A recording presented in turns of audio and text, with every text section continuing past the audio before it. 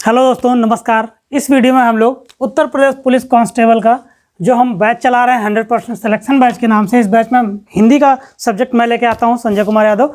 तो आपके लिए आज ये हिंदी की दूसरी क्लास है और इस दूसरी क्लास में आपको हमने पहले कल की क्लास में हमने आपको वर्ण बताया, वर्ण में हमने स्वर बताया, स्वरों को प्रकार बताया। उसमें हमने आपको आज हम बताएंगे कि स्वर जो है वो बोलने के आधार पर, उच्चारण के आधार पर और भी कई आधार पर उनके कई सारे प्रकार होते हैं। तो उसको भी इस वीडियो में आपको बताने वाले हैं। तो सारी चीज़ें आपको इस वीडियो में देखने को मिलेंगी कि आपको वर्ण तो हो गया, आपका वर्ण के बाद आपका अक्षर हो गया, अक्षर के बाद अभी व्यंजन की भी क्लास आपको इसी क्लास में काफ़ी कुछ व्यंजन भी कवर हो जाएगा।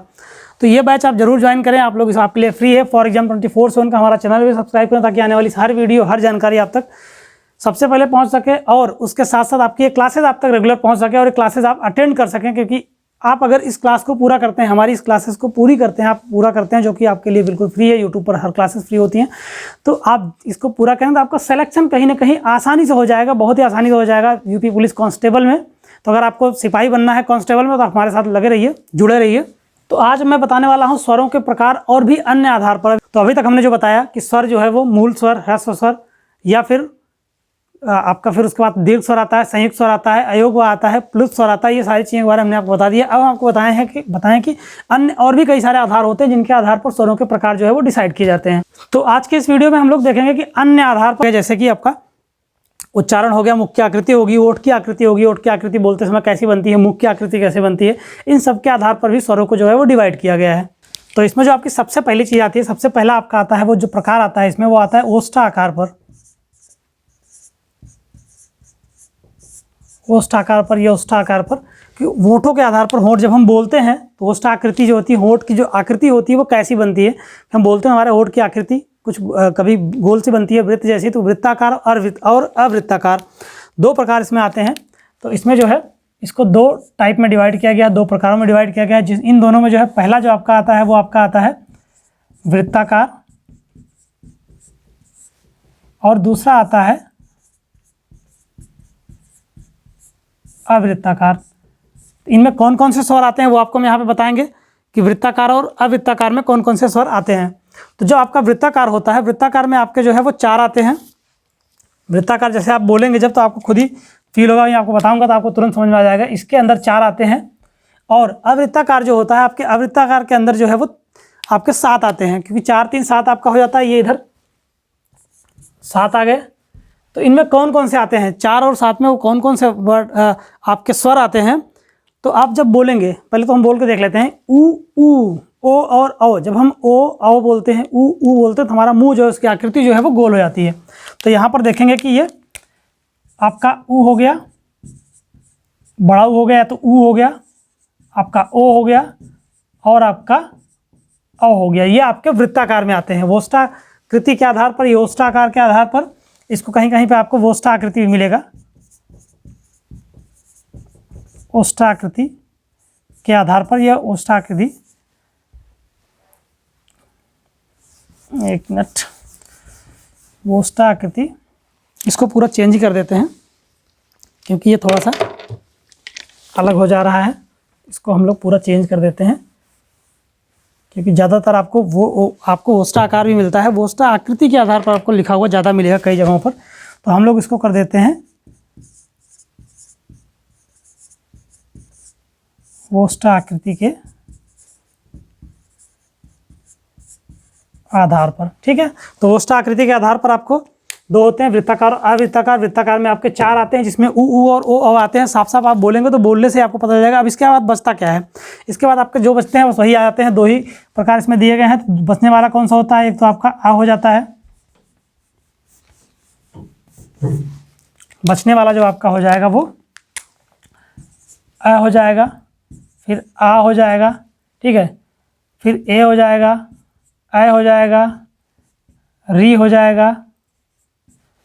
हाँ, तो ये आपके 5 ये हो गए। इसके अलावा 2 और आते हैं जिसमें जो आपकी ई और ई और बड़ी, ये आपके 7 हो जाते हैं। तो ये आपकी ओष्ठ आकृति के आधार पर इनको 2 भागों में डिवाइड किया गया है, वृत्ताकार अवृत्ताकार।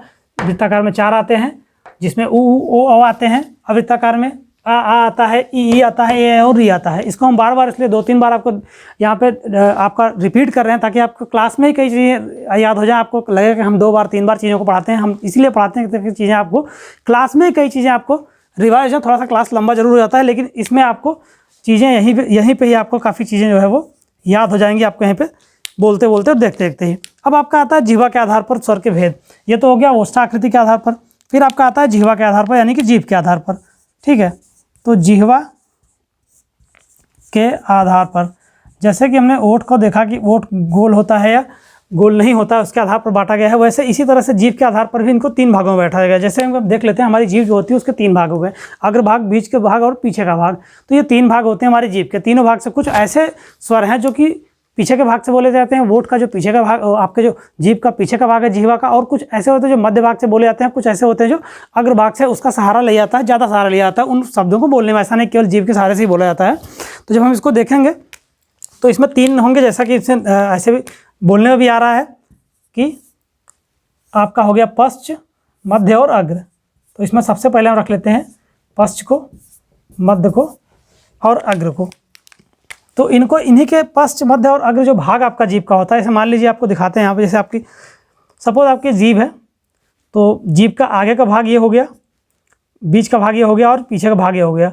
तो इन हिसाब से, तो इसके हिसाब से जहाँ बोला जाता है उसके हिसाब से इसका नाम रखा गया है। इसका नाम भी इसी तरह का रख दिया गया है, इसका नाम रख दिया गया है, इसमें लग दिया है पश्च स्वर। यहाँ पर आपके जिह्वा के आधार पर कोई नाम नहीं रखा, जैसे यहाँ वृत्ताकार, अवृत्ताकार नाम रखा गया। ओष्ठाकृति के आधार पर ओठ की आकृति वृत्ताकार बनती नहीं बनती है। ये पश्च स्वर होते हैं जो जीभ के पीछे हिस्से बोले जाते हैं। ये आपका मध्य स्वर होता है और फिर उसके बाद आपका आता है अग्र स्वर।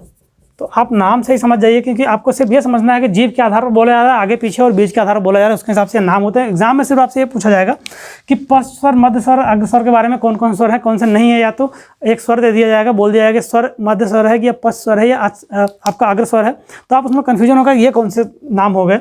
जब आपको ये याद होगा कि जिह्वा के आधार पर इनका अलग अलग वर्गीकरण किया गया, अलग अलग इनके भेद बनाए गए हैं, तो आप आसानी से इसको लगा लेंगे। और जीभ के आधार पर किया गया है, ये भी पूछ सकता है कि ये वाले जो स्वर होते हैं ये किसके आधार पर इनको वर्गीकृत किया गया है, किसके आधार पर इनको बांटा गया है, अलग अलग भेद बनाए गए हैं। तो इन तीनों में अगर हम देखें, सबसे पहले हम लोग पश्च स्वर को पढ़ लेते हैं।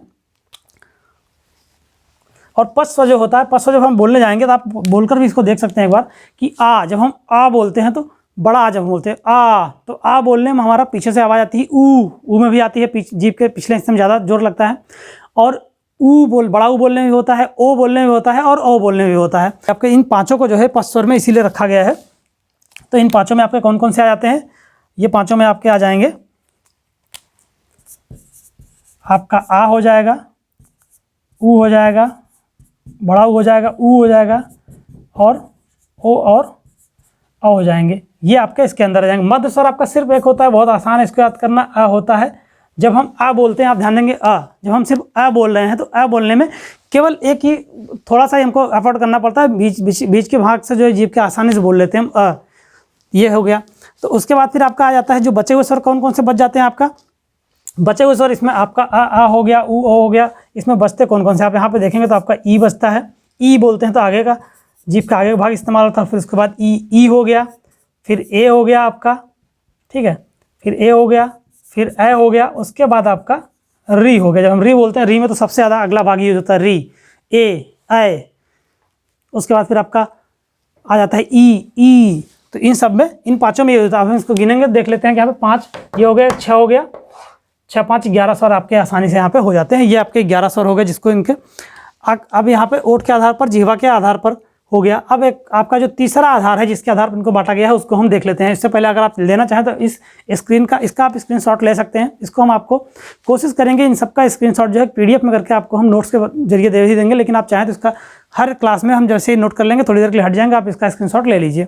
तो अभी तक हम लोगों ने देखा, हमने देखा ओष्ठाकृति के आधार पर, उसके बाद हमने देखा जिह्वा के आधार पर। अब हम देखते हैं मुखाकृति के आधार पर। जो आपका मुख होता है वो कितना खुलता है, जब हम बोलते हैं तो कम खुलता है या ज़्यादा खुलता है, उसके आधार पर इसको 4 भागों में डिवाइड किया गया है।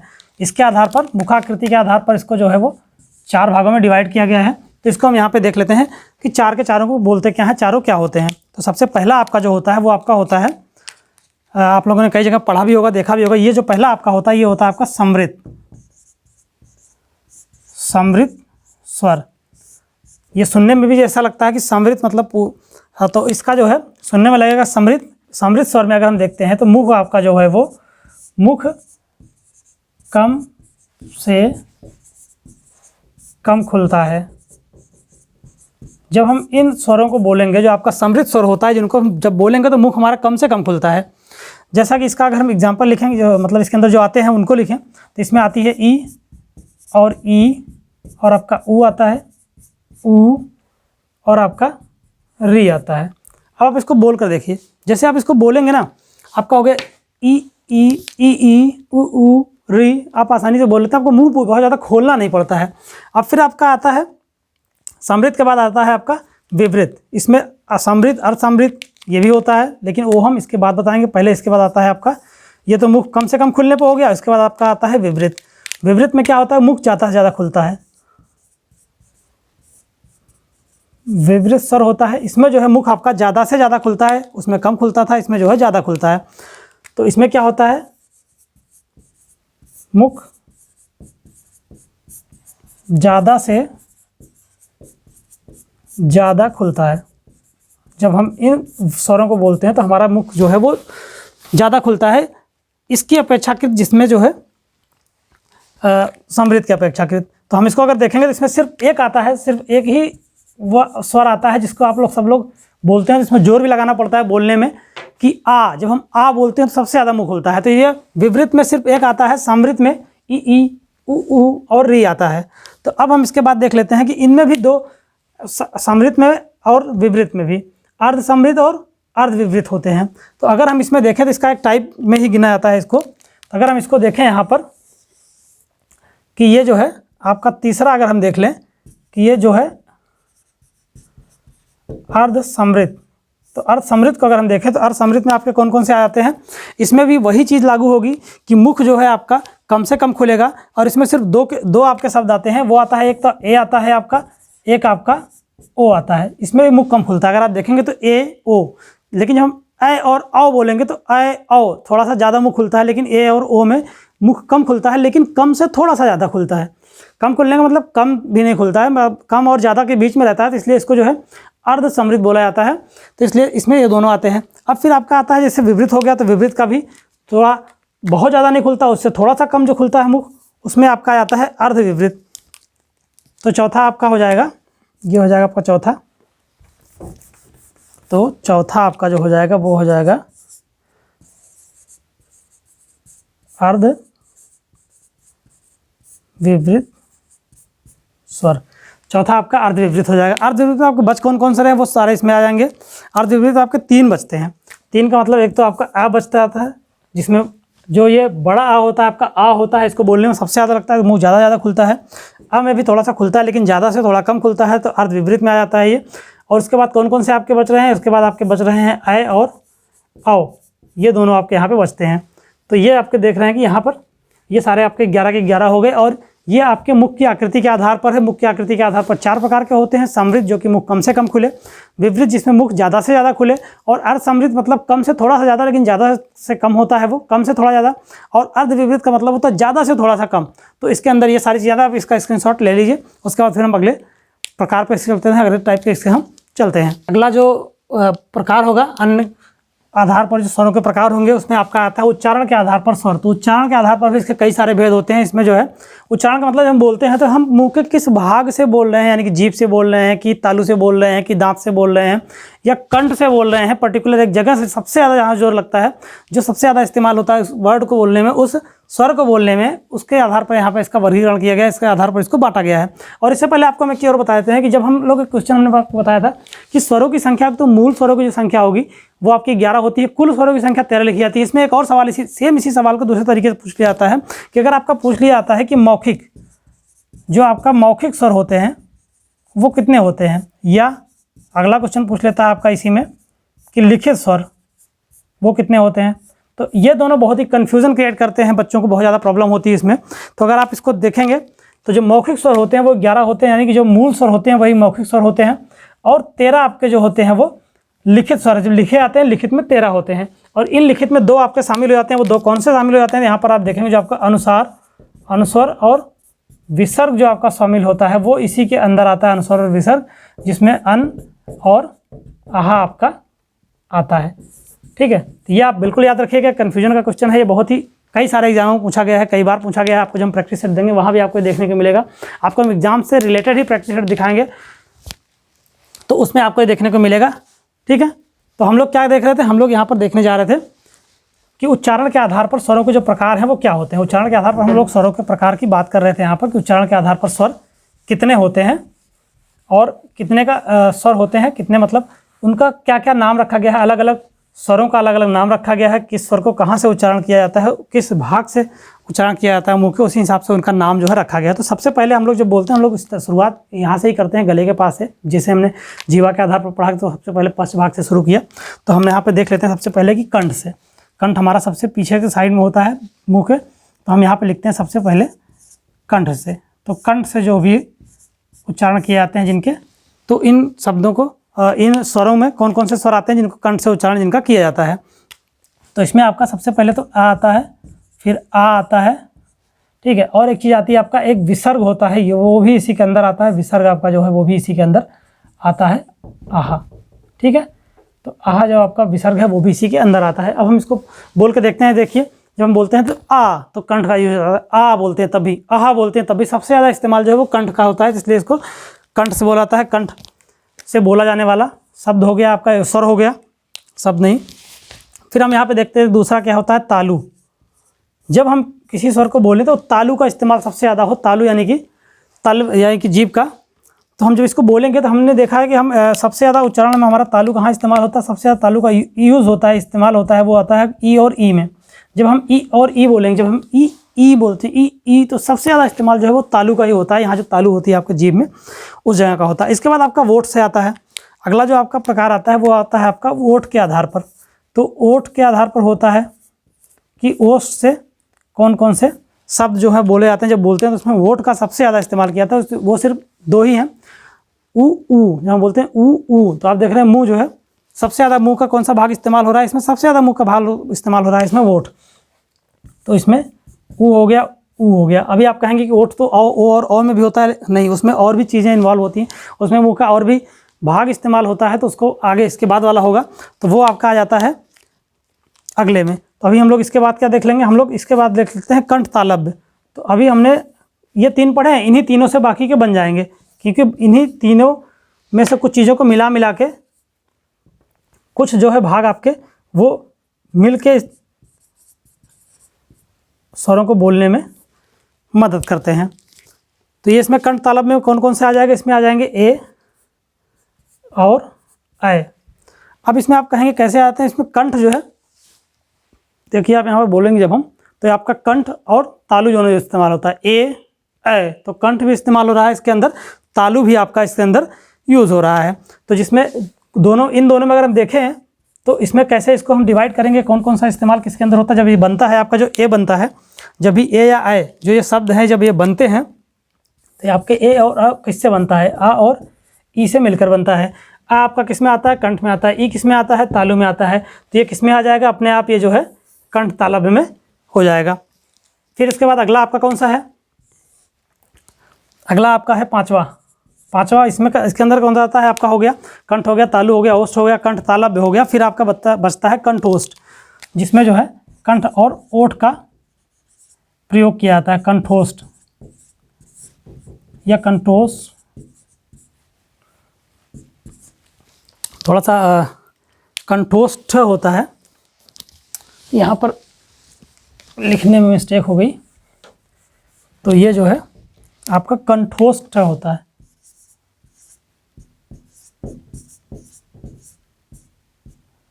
कंठोष्ठ होता है, ठीक है, ये आता है। इसमें साफ साफ जैसे बोलने में भी लिखा, कहने में ही आपको साफ साफ दिख रहा है यहाँ पे कंठोष्ठ बोल रहा है। कंठ और ओष्ठ का इस्तेमाल करके बोला जाता है, जिसके अंदर जो है आपके संयुक्त स्वर जो आते हैं वो होते हैं ओ और आओ। ये संयुक्त स्वर बने किससे होते हैं, जैसा कि कंठ से बोलने वाला आपका जो हो गया, इसमें आपका पहले तो हमने इसमें कंठोष्ठ की बात करी, तो कंठ वाला आपका आ जाएगा पहले। इसके अंदर देखिए कंठ में आ या विसर्ग इसमें से आ जाएगा, ओष्ठ आपका ऊ है इसमें से कोई आ जाएगा, तो आ प्लस ऊ के मिलने से आपका जो बनता है, उसके बाद इसीलिए इसको कि कंट्रोस्ट वाले शब्दों के मिलने से, शब्दों के इस स्वरों के मिलने से इस स्वर का निर्माण होता है, इसीलिए इसको जो है कंट्रोस्ट बोला जाता है। अब अगला आपका कौन सा है? अगला इसके बाद आपका आ जाता है मूर्धा से। ये जो है अगला आपका आ जाता है मूर्धा से। मूर्धा क्या होती है? आपके जीभ के ऊपर का जो हिस्सा होता है मुंह का, जब जीभ लड़ती है, उसमें टकराती है कोई शब्द या कोई स्वर बोलते समय, तो इसलिए उसको बोला जाता है मूर्धा से बोले जाने वाले शब्द। इसमें सिर्फ एक शब्द आता है री। जब हम री बोलते हैं तो आप देखेंगे, जब भी आप री का उच्चारण करेंगे, आप री का उच्चारण करके देख लीजिए। जैसे आप री का उच्चारण करेंगे तो आपका जो जब री बोलते हैं ना, री, तो जीभ आपकी जाके ऊपर टकराती है मूर्धा में, इसलिए इसको बोलते हैं मूर्धा से। अब आपका दो बचता है। एक आपका होता है नासिक। इसको यहाँ पर हम लोग मिटा देते हैं, तो समझाने के लिए आपको बताया गया था। ठीक है। फिर आपका आ जाता है नासिक। इसको बोलते कहाँ से? इसको बोलते हैं नाक से। नाक की सहायता लेकर बोला जाता है, इसके लिए इसको अन्न बोलते हैं। तो ये जो है नाक की सहायता लिए जब भी हम अन्न बोलते हैं, अन्न, तो ये जो है नाक की सहायता से ही बोला जाता है। इसके बाद आपका आ जाता है नासिक,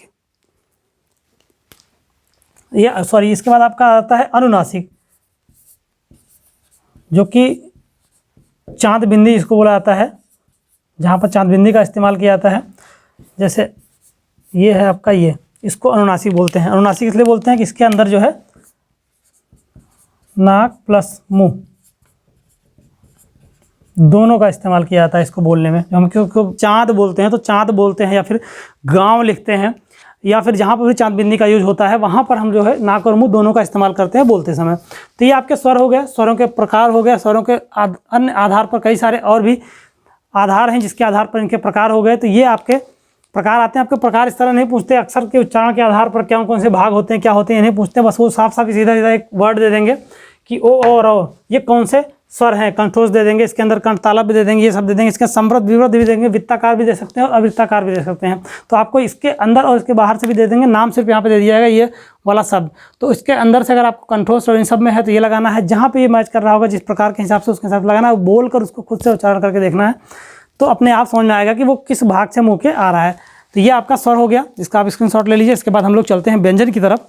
इस क्लास में आपको हम व्यंजन का थोड़ा सा और भी दिखाएंगे। इसके बाद हम लोग व्यंजन अगली क्लास में पढ़ेंगे, क्योंकि क्लास थोड़ी सी बहुत लंबी होने पर बोरिंग हो जाती है। अभी शुरुआत हुई है, तो कुछ दिन के बाद इसको हम थोड़ा सा बड़ा करेंगे। 1 घंटे और 1.5 घंटे तक क्लास हम चलाएंगे। अभी क्लास को थोड़ा छोटा रखेंगे, 30 मिनट, 35 मिनट, 40 मिनट की क्लास आपके लिए हम। तो स्वर आपका जो है वो खत्म हो चुका है। यहाँ पर स्वर से संबंधित जो भी सवाल आपके आते हैं वो कमेंट बॉक्स में आप लिख कर जरूर पूछें, उसका जवाब हम पूरा जवाब देंगे। जो भी आपका क्वेश्चन होगा उसका जवाब हम जरूर देंगे।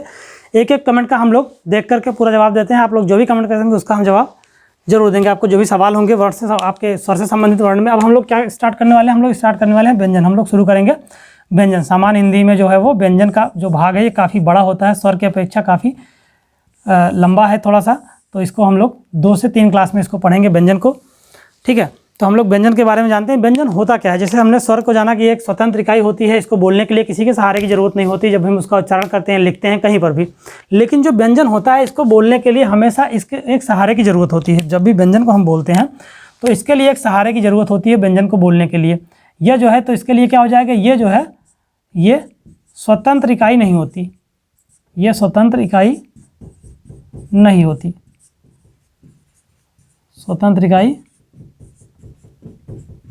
नहीं होती है। लेकिन व्यंजन जो है आपका वो स्वतंत्र इकाई होता है। अब इसके लिए एक चीज़ और, एक तो स्वतंत्र इकाई नहीं होती, इसके लिए एक बात और कही जा सकती है। क्या कही जा सकती है? जिन्हें बोलने के लिए या जिनका उच्चारण करने के लिए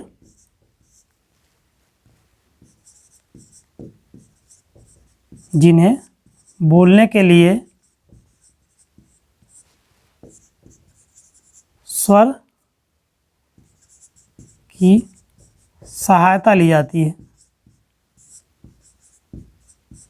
स्वर की सहायता ली जाती है, वो आपके क्या होते हैं? व्यंजन होते हैं। ये बिना स्वर के इनको बोलना जो है वो संभव नहीं है। तो स्वर की सहायता से बोला जाता है, इसका उच्चारण किया जाता है, उन्हें व्यंजन कहते हैं। और ये स्वतंत्र इकाई नहीं होती है।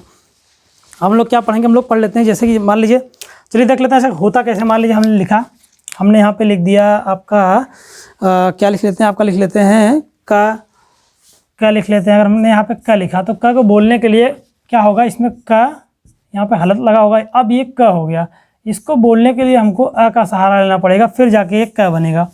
और अगर हमने च को बोला तो च को बोलने के लिए भी च, अब फिर आपका अ, फिर आपका ये अब च होगा, नहीं तो ये सिर्फ आधा चल जहाँ लिखते हैं उसका ये चिन्ह होता है। इसको इस तरह से पूरा करके लिख सकते हैं, लेकिन ये बोलने के लिए, इसको उच्चारण करने के लिए हमेशा इसको जो है स्वर की सहायता चाहिए होती है, बिना स्वर के इसका उच्चारण नहीं हो सकता है।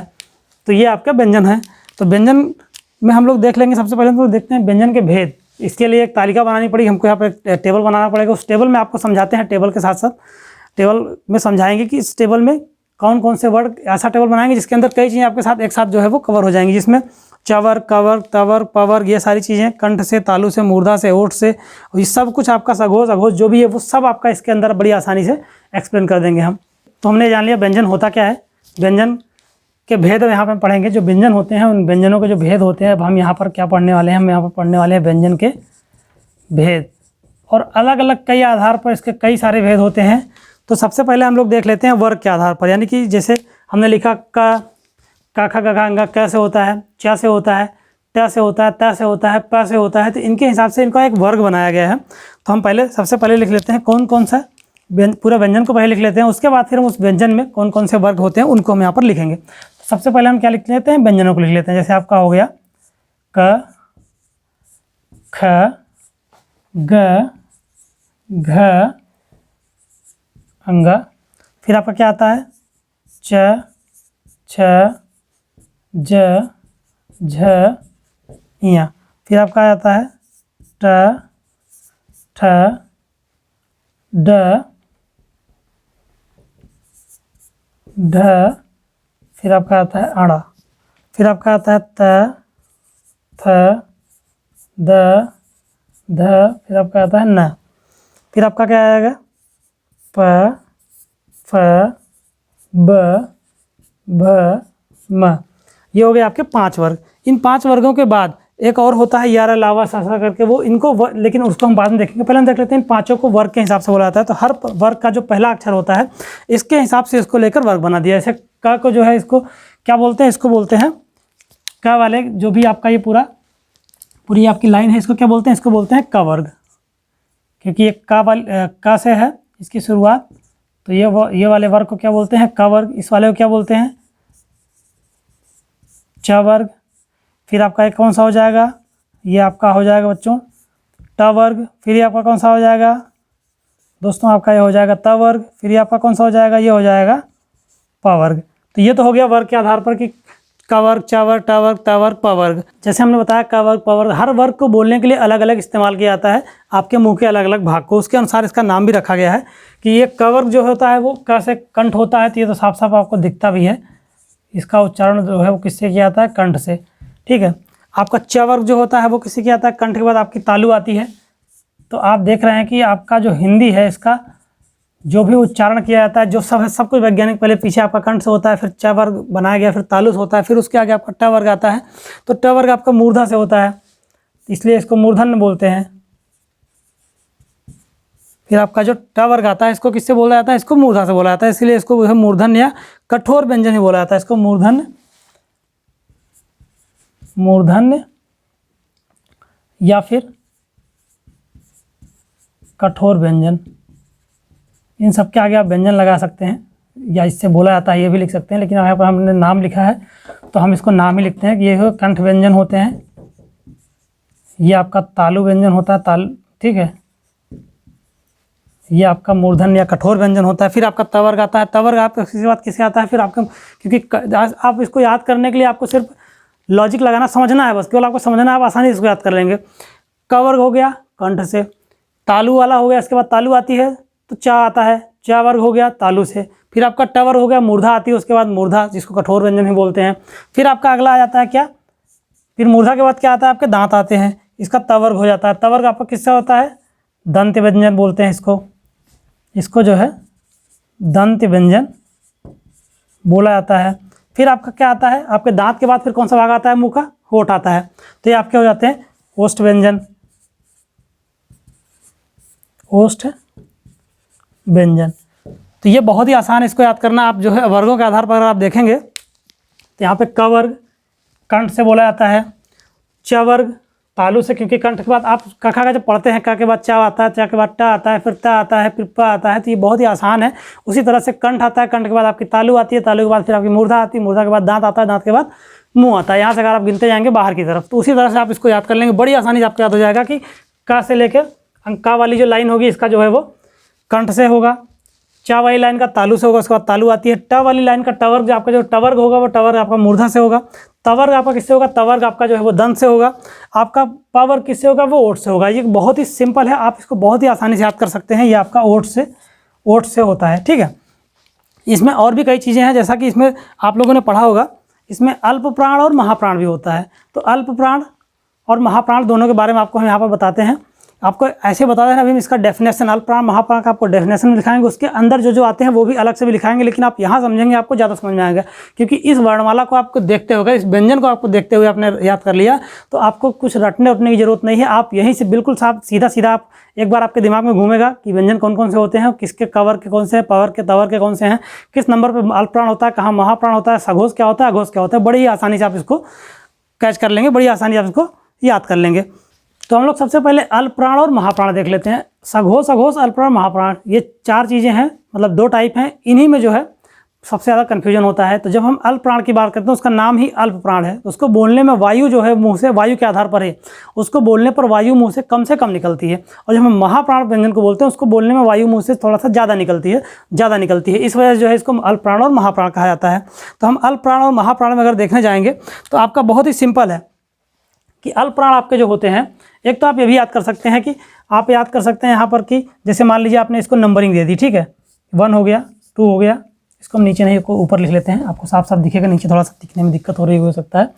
1 हो गया, 2 हो गया, 3 हो गया, 4 हो गया, 5 हो गया। अब आप यहाँ पे देखिए अल्प प्राण और महाप्राण अगर आपको यहाँ पे याद करना हो, रटना हो, तो बहुत आसान है कि आप जो विषम संख्याएँ हैं, जो भी विषम है, ठीक है, विषम संख्याएँ विषम संख्या जो है वो क्या है, वो अल्प है, क्योंकि ये जो है अल्प प्राण है, ये भी अल्प प्राण है और ये भी अल्प प्राण है। सम संख्या क्या है, वो महाप्राण व्यंजन में आती है, ये भी जो है महाप्राण में आ जाता है। तो ये बहुत ही आसानी से आप देख सकते हैं, बिल्कुल इजीली आप याद कर सकते हैं कि जो सम संख्याएं होती हैं वो महाप्राण हो गई, जो विषम संख्याओं के जगह पे आती हैं वो आपकी अल्प प्राण हो गई।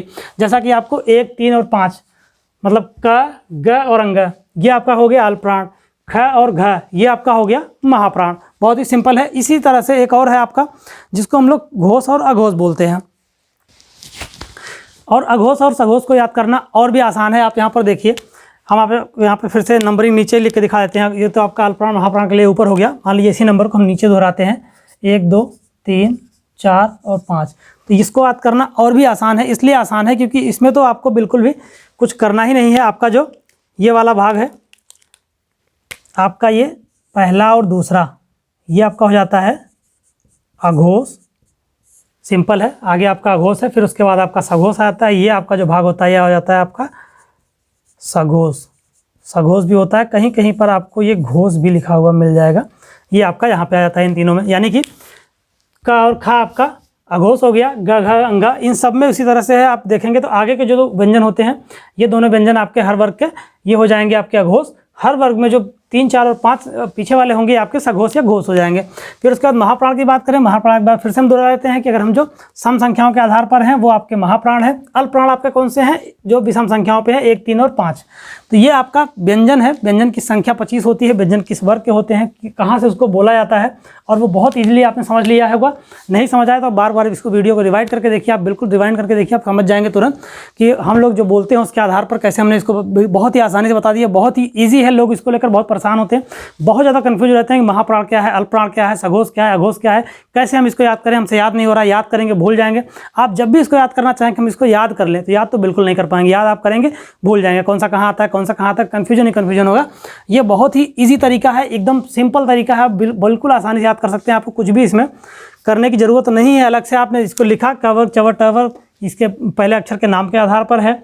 फिर उसके बाद आपका है आपका कि इसमें नंबरिंग हमने कर ली, विषम और सम के आधार पर हमने महाप्राण अल्पप्राण को कर लिया, और आगे के 2 अघोष होते हैं, पीछे के 3 आपके जो सघोष और घोष होते हैं, और बोलने के आधार पर किस भाग से बोले जाते हैं वो आपके कंठ, तालु, मूर्धा, दंत और ओष्ठ व्यंजन आपके यहाँ पर साफ साफ बिल्कुल क्लियर हो गया। अब इसके बाद भी पूरा व्यंजन आपका ये नहीं होता है, इसमें तो आप देखेंगे तो यहाँ पे आप कहाँ तक पहुँच रहे हैं, यहाँ पर आप पहुँच रहे हैं ये आपके क्या है, ये आपके स्पर्श व्यंजन है, जो कि स्पर्श के आधार पर, मतलब मुंह के जो स्पर्श होता है उसके आधार पर इनकी संख्या 25 है।